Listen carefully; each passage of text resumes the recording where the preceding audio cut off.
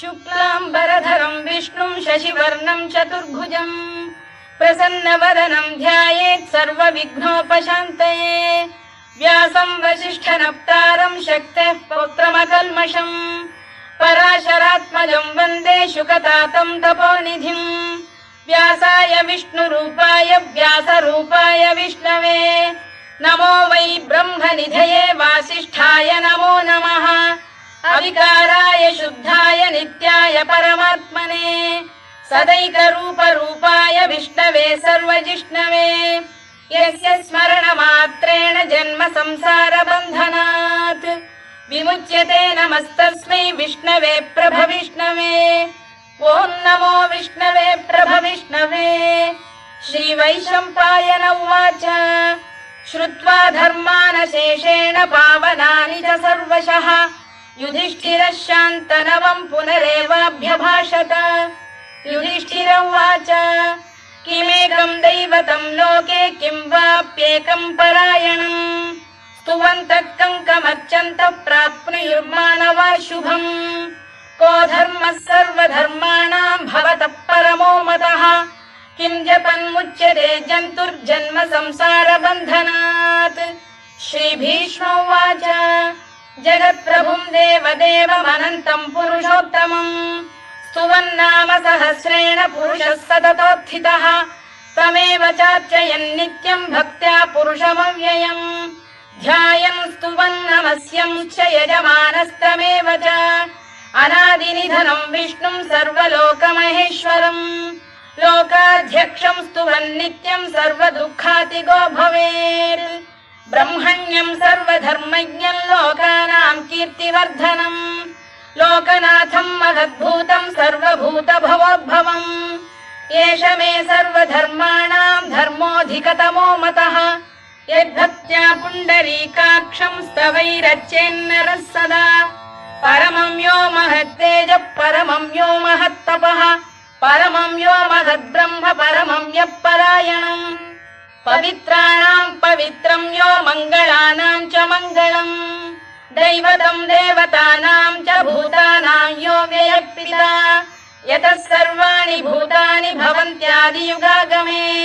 यस्मिंश्च प्रलयं यान्ति पुनरेव युगक्षये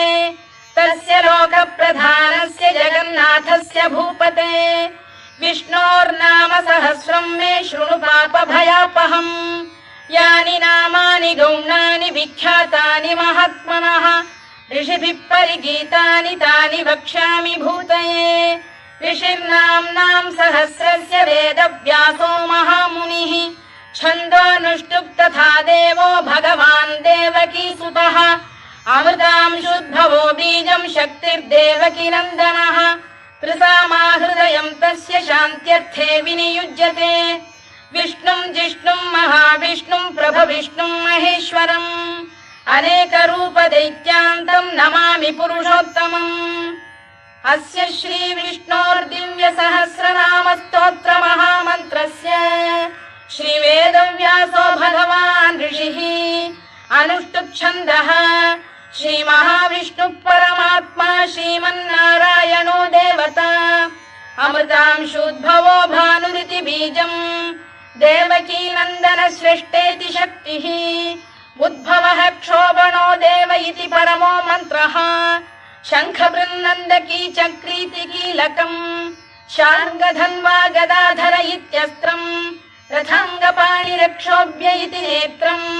त्रिसामासामरः सामेति कवचम् आनन्दं परब्रह्मेति योनिः ऋतुः सुदर्शनकार इति दिग्बन्धः श्रीविश्वरूप इति ध्यानम् श्रीमहाविष्णुप्रीत्यर्थे सहस्रनाम जपे विनियोगः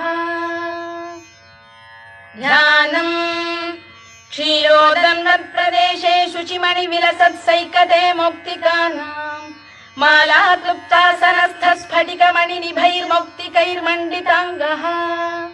शुभ्रैरभ्रैरदभ्रैरुपरि विरचितैर्मुक्तपीयूषवर्षैः आनन्दीनः पुनीयादरिनलिन गदा शङ्खपाणिर्मुकुन्दः भूः पादौ यस्य नाभिर्वियदसुरनिलश्चन्द्रसूर्यौ च नेत्रे कर्णावाशा शिरोद्यौर्मुखमपि दहनो यस्य वास्तेयमब्धिः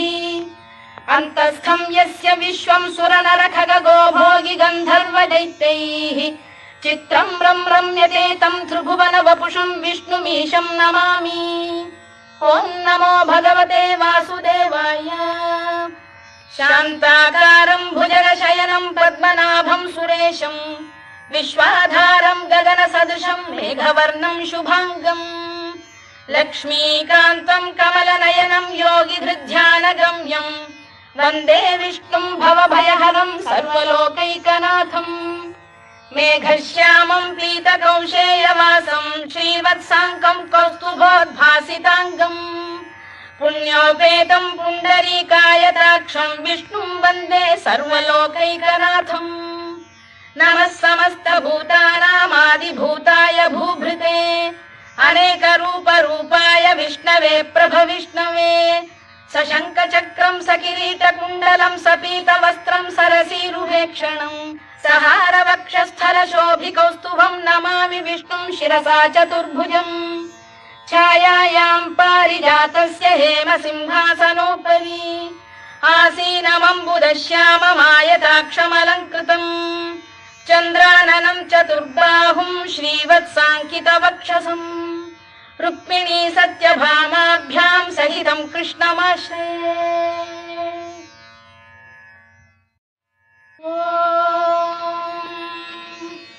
विश्वं विष्णुर्वषत्कारो भूतभव्य भवत्प्रभुः भूतभृद्भावो भूतात्मा भूतभावनः भूतात्मा परमात्मा च मुक्तानां परमागतिः अव्ययः पुरुषः साक्षी क्षेत्रज्ञोऽक्षर एव च योगो योगविदां नेता प्रधानपुरुषेश्वरः नारसिंहवपुः श्रीमान् केशवः पुरुषोत्तमः सर्वः शर्वः शिवस्थाणुर्भूतादिर्निधिरव्ययः सम्भवो भावनो भर्ता प्रभवः प्रभुरीश्वरः स्वयंभूः शम्भुरादित्यः पुष्कराक्षो महास्वनः अनादिनिधनो धाता विधाता धातुरुत्तमः अप्रमेयो ऋषिकेशः पद्मनाभोऽमरप्रभुः विश्वकर्मा मनुस्पष्टा स्थविष्ठस्थविरो ध्रुवः अग्राह्यः शाश्वतः कृष्णो लोहिताक्षप्रदर्दनः प्रभूतस्त्रिककुब्धाम पवित्रं मङ्गलं परम् ईशानप्राणद प्राणो ज्येष्ठः श्रेष्ठः प्रजापतिः हिरण्यगर्भो भूगर्भो माधवो मधुसूदनः ईश्वरो विक्रमी धन्वी मेधावी विक्रमक्रमः अनुत्तमो दुराधर्षः कृतज्ञः कृतिरात्मवान् सुरेशः शरणं शर्म विश्वरेताः प्रजाभवः अधः संवत्सरो व्यालप्रत्ययः सर्वदर्शनः अजः सर्वेश्वरः सिद्धः सिद्धिः सर्वादिरच्युतः वृषाकपिरमेयात्मा सर्वयोगविनिसृतः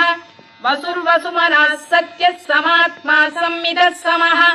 अमोघः पुण्डरीकाक्षो वृषकर्मा वृषाकृतिः रुद्रो बहुशिरा बभ्रुर्विश्वयोनिश्रुतिश्रवाः अमृतः शाश्वतस्थाणुर्वरारोहो महातपाः सर्वगः सर्वविद्भानुर्विश्वक्सेनो जनार्दनः वेदो वेदविदव्यङ्गो वेदाङ्गो वेदवित्कविः लोकाध्यक्षः सुराध्यक्षो धर्माध्यक्षः कृताकृतः चतुरात्मा चतुर्व्यूहश्चतुर्दंष्टश्चतुर्भुजः भ्राजिष्णुर्भोजनं भोक्ता सहिष्णुर्जगदादिजः अनघो विजयो जेता विश्वयोनिः पुनर्वसुः उपेन्द्रो वामनः प्रांशुरमोघः शुचिरूर्जितः अतीन्द्रः सङ्ग्रहः सर्गो धृतात्मा नियमो यमः वेद्यो वैद्यः सदा योगी वीरः माधवो मधुः अतीन्द्रियो महामायो महोत्साहो महाबलः महाबुद्धिर्महावीर्यो महाशक्तिर्महाद्युतिः अनिर्देश्य वपुः श्रीमान् अमे आत्मा महादृधृत् महेश्वासो महीभर्ता श्रीनिवासः सताङ्गतिः अनिरुद्धः सुरानन्दो गोविन्दो गोविदाम्पतिः मरीचिर्दमनो हंसः सुपर्णो भुजगोत्तमः हिरण्यनाभः सुतपाः पद्मनाभः प्रजापतिः अमृत्युः सर्वदृक्सिंहः सन्धाता सन्धिमान् स्थिरः अजो दुर्मर्षणः शास्ता विश्रुतात्मा सुरारिः गुरुर्गुरुतमो धाम सत्यः सत्यपराक्रमः निमिषो निमिषस्रग्वी वाचस्पतिरुदारधीः अग्रणी ग्रामणी श्रीमान् न्यायो नेता समीरणः सहस्रमूर्धा विश्वात्मा सहस्राक्षः सहस्रपात् आवर्तनो निवृत्तात्मा संवृतः सम्प्रमर्दनः अधः संवर्तको वह्निरनिलो धरणीधरः सुप्रसाद प्रसन्नात्मा विश्वधृक् विश्वभुग्विभुः सत्कर्ता सत्कृतः साधुर्जह्नुर्नारायणो नरः असंख्येयो प्रमेयात्मा विशिष्टः शिष्टकृच्छुचिः सिद्धार्थः सिद्धसङ्कल्पः सिद्धिदः सिद्धिसाधनः वृषाही वृषभो विष्णुर्वृषपर्वा वृषोदरः वर्धनो वर्धमानश्च विविक्तः श्रुतिसागरः सुभुजो दुर्धरो वाग्मी महेन्द्रो वसुदो वसुः नैकरूपो बृहद्रूपः शिपिविष्टप्रकाशनः ओजस्तेजोद्युदिधर प्रकाशात्मा प्रतापनः ऋद्धस्पष्टाक्षरो मन्त्रश्चन्द्रांशुर्भास्करद्युतिः अमृतांशुद्धवो भानुः शशबिन्दुः सुरेश्वरः औषधम् जगतः सेतुः सत्यधर्मपराक्रमः भूतभव्यभवन्नाथः पवनः पावनो नरः कामः कामकृत्कान्तः कामः कामप्रदप्रभुः युगादिकृद्युगावर्तो नैकमायो महाशनः अदृश्यो व्यक्तरूपश्च सहस्रजिदनन्तजित् इष्टो विशिष्टः शिष्टेष्टः शिखण्डी नघुषो वृषः क्रोधः क्रोधकृत्कर्ता विश्वबाहुर्महीधरः अच्युत प्रतिथ प्राण प्राणदो वासवानुजः अपां निधिरधिष्ठानमप्रमत्त प्रतिष्ठितः स्कन्द स्कन्दधरो धुर्यो वरदो वायुवाहनः वासुदेवो बृहद्भानुरादिदेवः पुरन्दरः अशोकस्तारणस्तारः शूरः शौरिर्जनेश्वरः अनुकूलः शतावर्तः पद्मी पद्मनिभेक्षणः पद्मनाभोरविन्दाक्षः पद्मगर्भः शरीरभृत् महर्धिर्वृद्धो वृद्धात्मा महाक्षो गरुडध्वजः अतुलः शरभो भीमः समयज्ञो हविर्हरिः सर्वलक्षणलक्षण्यो लक्ष्मीवान् समितिञ्जयः विक्षरो रोहितो मार्गो हेतुर्दामोदरः सः महीधरो महाभागो वेगवानमिताशनः उद्भवः क्षोभणो देवः श्रीगर्भः परमेश्वरः कारणं कारणं कर्ता विकर्ता गहनो गुहः व्यवसायो व्यवस्थानः संस्थानस्थानदो ध्रुवः परद्धिः परमस्पष्टः तुष्टः पुष्टः शुभेक्षणः रामो विरामो विरतो मार्गो नेयो नयोनयः वीरः शक्तिमतां श्रेष्ठो धर्मो धर्मविदुत्तमः वैकुण्ठः पुरुष प्राण प्राणद प्रणव पृतुः हिरण्यगर्भः शत्रुघ्नो व्याप्तो वायुरधोक्षजः ऋतुः सुदर्शनकारः परमेष्ठी परिग्रहः उग्रः संवत्सरो दक्षो विश्रामो विश्वदक्षिणः विस्तारस्थावरस्थाणुः प्रमाणं बीजमव्ययम् अर्थोऽनर्थो महाकोशो महाभोगो महाधनः अनिर्विण्णस्थविष्ठो भूर्धर्मयूपो महामखः नक्षत्रनेमिर्नक्षत्री क्षमः क्षामः समीहनः यज्ञयुज्यो महेज्यश्च क्रतुः सत्रम् सताम् गतिः सर्वदर्शी विमुक्तात्मा सर्वज्ञो ज्ञानमुत्तमम् सुव्रतः सुमुखः सूक्ष्मः सुघोषः सुखदः सुहृद् मनोहरो जितक्रोधो वीरबाहुर्विदारणः स्वापनः स्ववशो व्यापी नैकात्मा नैककर्मकृत् वत्सरो वत्सलो वत्सी रत्नगर्भोधनेश्वरः धर्मकृद्धर्मी सदसक्षरमक्षरम् अविज्ञाता सहस्रांशुर्विधाता कृतलक्षणः गभस्तिनेमिः सप्तस्तः सिंहो भूतमहेश्वरः आदिदेवो महादेवो देवेशो देवभृद्गुरुः उत्तरो गोपतिर्गोप्ता